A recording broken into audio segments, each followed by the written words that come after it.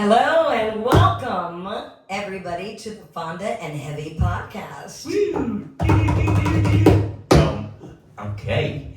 Anywho, today, tracks. We're going to talk about the music industry, live performances, and using tracks.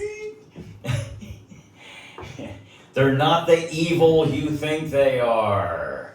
And it's like it's like riding a moped. You don't want anyone thinking that you do it, but everyone wants to do it and use them. So kind of like that. No, you know what it is that the tracks are awesome because they're perfect. And it doesn't matter, like, let's say you just want to go do a really cool gig with your drummer and your guitar player, but you don't have a bass player or a keyboardist on that night. So you use your track and you just mute the parts that are playing, so they're playing live and you're really playing and really performing, and then the other instruments are in the track. It's pretty cool.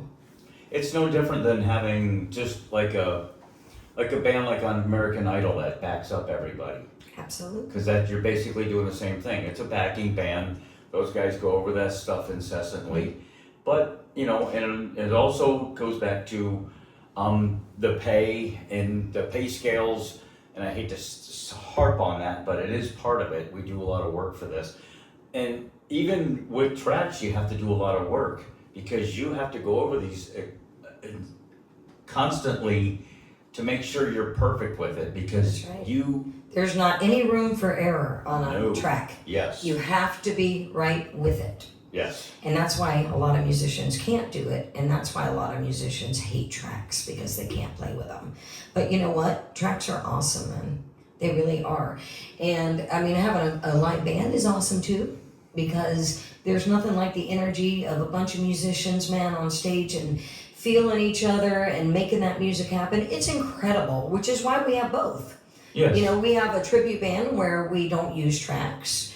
And then we have a regular duo or a trio where we do use the tracks, and not everybody can afford a live band. So the track shows help those smaller venues that can't afford a live band to feel like they do have a live band. There's not a track show that I don't perform where I don't have the bar up dancing all night. But yeah, and it's keep in mind when you do pull those tracks out and you play along with them, the energy that you have, the live energy, still comes out. That's and right. It shines above those tracks too. So it's That's not right. like you're playing it exactly. You still can inject your own style. You just have to keep up with the meter Right. and the key changes and all that and know exactly where you are in the song, Right. which takes a lot of time. And most of the people that are watching me, I don't think they're out there just enjoying me going, wow, I really love her voice, or I love this song. They're not going, oh, wow, man, she's singing to a track. I think the only people that are thinking that way are live musicians, themselves, because they're all critics, right? Anytime we go to see anybody, you always can tell the musician in the crowd because this is how they stand. Yeah. The arm folders. They're judging everything on the stage. It's not that you're judging, it's your profession. So you're looking at everybody on the stage thinking, okay, is this good? Is this good? Is this good? What would I do differently? What would I don't know. That's kind of what I'm looking, or what can I take from this person? If they're really great and good too, I'm like, ooh, I like that. All right, I need to do more of that on stage. Well, that's what, I take something away from everything now. I used to criticize a lot. Now I look at it, even a novice can show you something you're going, wow, I never looked at it like that. Yeah. And you can learn from everybody if you keep an open mind. A lot of musicians keep closed-minded. They don't want to do, if I do a Village People song, I'm going to turn gay. Not that there's anything wrong with that. Well, no, but my point is... But that song is very gay, YMCA. If you ever look up the lyrics, it's like the gayest, happiest song ever. I watched a 75-year-old woman in a walker making out the signs, the YMCA, and grabbing the walker in between. That's probably one of the coolest things I've seen in a long time. It's awesome. So, you got the 10-year-old, the 80-year-old, and the 40-year-old all doing it, and everybody loves it, and everybody's smiling, laughing, and having a great time. Why not do the YMCA? And ironically, that same guy saying that is sitting at the bar going, watch this. Yeah, MCA. Yeah. They're dancing along with it. You know why? Because it's fun. It's a song. It's a piece of art. It's art. This is what this is art. It's not a competition. There's no scores. It's not competition, guys. Just support everybody. Love everybody. You go if you like track artists, great. If you don't like track artists, that's cool too, man. You know what? It's okay. And here's the thing about the tracks, man. Like I said, they're perfect. A lot of guys can't do it. So a lot of times, even when we're auditioning players, you know, it's really good at first. So I don't have to waste, like my son is a really good vocalist and drummer. Most of you know that. I don't want to waste his time coming in auditioning players. You know, so I would rather get together, like Heavy and I will get together with people and we'll use tracks to kind of gauge where people are too. You know, to see if they can play along with the track. How is their timing? How is their meter? It's definite. I mean, because you could tell right off the bat, it takes literally one or two songs before you can figure it out. You can figure out really quick, you know? And you know, the ones that can play with the track, man, and stay with it, those are the diamonds in the rough, let me tell you. Those are the guys that are doing this and they're not finding excuses. And I try to learn and play as many genres I can of music because that just makes you a better player. If I can do disco and play, you know, Slayer, you know, and then Tom Jones in the same night. And we do. I mean, and we do. We do, that's what we do. We go from Metallica to AC/DC to Tom Jones, to Patsy Cline to Ella Langley to Eminem. Yeah. To the Cars. We got Heavy singing now, which is really cool. Yeah. You know, I love it. But, you know, honestly, I just want to say, man, I've been a teacher of music. I had a music school for 10 years where I taught, developed, and managed talent.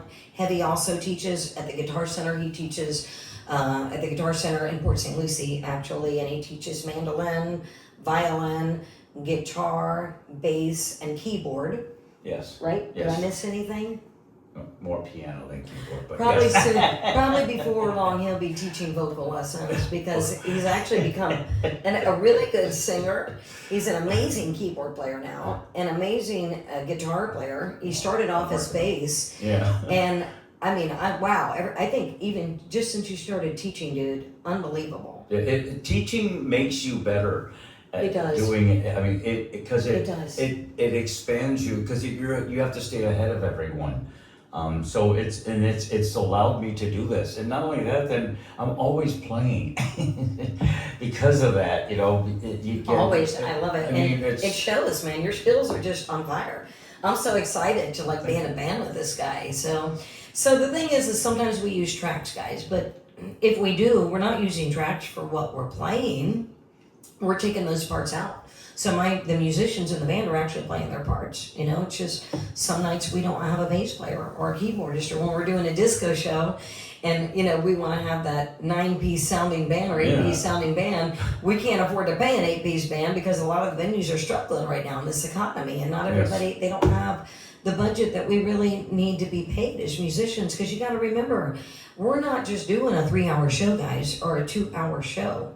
You know, you forget about all the equipment is a whole nother job within itself, because all of the speakers and gear all have to be loaded from our homes into our cars. Then they have to be unloaded again at the venue, and they have to be set up in full. Then at the end of the show, once you're exhausted and you've already set up the whole show and you've performed for hours, you now have to break down all of your stuff, load it back into your car, and then when you get home, your job is still not done because now you have to unload your car as well. So like you were saying earlier, a 3-hour job is really an 8-hour job, guys. You're not paying for a 3-hour job, and people should respect and understand what goes into music, because it's a lot. And right now my sound man is out, and I'm like dreading going to work, and I love to sing and go to work, but I'm dreading it because I know right now I'm gonna have to load in and load out and be exhausted before I start, and then be completely worn out by the time I'm done. And you're negating the fact that the amount of hours you have to spend learning the material and going over it. So when you're out there, it doesn't look like you're fumbling the football. So That's right. You have to make it look like you're having fun. Like you can't sit there and make it look like you're solving Chinese arithmetic, on stage. You But wanna that's look one of the fun fun. parts, right, Yeah. about it, is that the practice at home, I love now sitting with my guitar. Yeah. It's just awesome. Yeah, because it's fun when you get to start playing songs and Yeah. making sounds that you've always wanted to, and to entertain people. We as musicians, once you become a certain type of musician, it's almost your duty in life to do this, to bring this, to make people forget about things. That's why we do this. Yes. And the tracks help that, because they add in those horns or those extra keyboards that That's you right. normally wouldn't have there, that everyone's gonna hear. Yeah. And no one's judging you besides a couple critics. For the most part, And they're just other musicians, so don't worry about them. they don't count. So Sorry, I've got this real boomy thing, everybody. I do apologize for the sound. Our sound man is not here right now. He's out with a torn rotator cuff, and he's healing from surgery. But I just got these brand new microphones for the podcast, and honestly, I can hear it. It's just so... yeah, we need like an EQ thing with a board or something. Yeah, I've got to figure it out, because I've got this tower system using, and it's just not good. But we're going to try to go with it anyway for today, and I promise we'll get the sound right, Yes. everybody. But anyhow, tracks. As far as tracks, just go out and enjoy your local music. That's all you have to do. You don't have to think about any of this. That's our job, is to think about all this and go there and perform in front of That's you, and make you forget about life for a while. Someone wrote a song about I was just that. gonna say. What was his name? Bobby Gels. Bobby Gels. Billy Joel. I knew it. I knew his name was something like that. Bobby Gel. Sing people. us the song, you're the piano man. Well, Sing us Bobby the song Gel sings the tonight. harpsichord man. Sing me a song, I'm the harpsichord man. Ooh, ooh, ooh, ah. So, yeah, the bottom line is, for the people out there that are spewing online every day how much they hate tracks, I think they're just jealous that track artists are getting work and working all the time and people like them. I don't know what their deal is, but the bottom line is everybody that comes out to these gigs is having a great time, like you said. They're forgetting about their problems, they're enjoying life. That's really all it's about, you guys. It's about supporting each other, it's about lifting each other up, it's about making a better world Need more for my camaraderie. granddaughter, Yeah. for his granddaughter. It's about, it's just about men supporting each other, especially other musicians. Look, guys, I'm a singer. Lots of singers sing to tracks on the TV. All the stars do it. It's okay. Like I said, my musicians are really playing instruments, and sometimes we have to use tracks on the lower paying gigs, that the people who can't afford a live band, and it's okay. It's Yeah. okay. And when they can afford a live band, we go in with a live band, and we don't use tracks, and that's awesome. There's nothing like that energy, But like you said, we got our own energy that we bring with the tracks. Yes. We're great people, we're fun, and we love what we're doing, and when people come to our shows, they dance, smile, and have a great time. That's what it's about. And Period. The end. so let's all try to be a little bit more supportive of each other and not knock each other down, and just know different strokes for different folks. It doesn't matter. It's about the end result. How you get there is unimportant. Yeah. As long as people enjoy it and you sound, Right. they go, hey, I want to come see these guys again. That means you did a good job.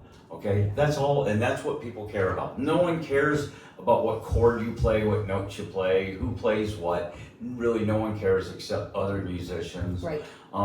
And most of those other musicians have enormous egos, and their opinions do not matter because most of them are narcissists. And yeah, it's that's not even that. Like no, there it is. I appreciate going out to see most musicians. Just because I appreciate what they do, and we know how much work goes into this. So, and that's why a lot it's of work, and appreciated. everybody deserves respect and credit Yes. for what they do. Yes.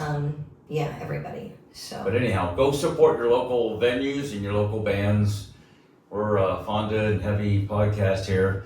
We're going to talk about more music and bring in some originals, so we don't get zapped with copyright. And we're gonna stuff, bring maybe so. a guest on it Yes. here and there to get on and play some. So we're gonna start having music on this, everybody. So, like you said, we got original music that we're writing and doing right now.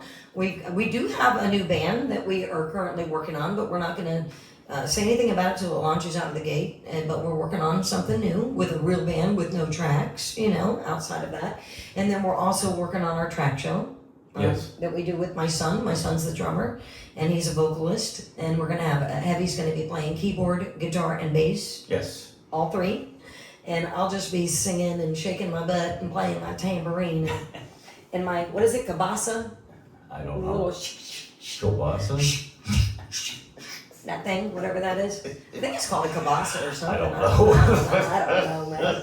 It didn't sound right. I'm There's gonna a be playing million a things kabasa. and percussive stuff that you don't know. There's a fishy thing with the. I don't know what the fishy thing. Fishy, fishy, fishy. Fishy, fishy, fishy. I can't. Then they got the egg shaker. Yeah, the old shaker. Chicka, chicka, chicka, chicka. He can do it double-handed. He's got more experience than me. Dexterity. It's like our president. Oh Go my both gosh. sides. Oh, Lord have mercy. Not for me, thank you. I'll pass on the double-sided. All right. I had a boyfriend I dated once that got something in the mail that was double-sided. We broke up after that. I'm scarred for life. Anyways. It wasn't a mirror. Yeah, no, it definitely wasn't a mirror. I'll give you a hint. It was long and it was black. Anyway, so we got a lot of really cool music we're going to talk about, guys. We're going to have guests on this with us. We're going to be doing a lot of original music. We're going to be doing some acoustic stuff with no tracks, just guitar and vocals, Yes. or keyboard and vocals. Yes. It's going to be cool, man. Yes. So. I'm gonna even take a shower on Sunday. Fuck. I said, what the hell? I like it. Oh, no, just take a shower whenever you come here. Yes, that's it. Yeah, that's all. Yeah. Yeah. And go on a bike ride, everybody. It's amazing. Get on the bicycle and go for a ride. I want to ride my bicycle. I want to ride my bike. So anyway, we got lots of music coming up, so stay tuned because the Fonda and Heavy podcast is about to explode. It's gonna be crazy. All right. And then we got some foil heads coming too, guys. So make sure you check out the foil heads. That's where we talk about all kinds of crazy stuff going on in the world: aliens, shapeshifters, government, time travel, AI, data centers, positive thinking, meditation, and how you can overcome it all. I was doing my theremin impersonation. I like it. See, he's becoming a better singer. I told you guys, man. Wrote a song about it. It's crazy. Anywho, peace out, everyone. We love you guys. Thanks See you for next tuning time. in. We got a lot more good stuff coming up. Stay tuned. Bye.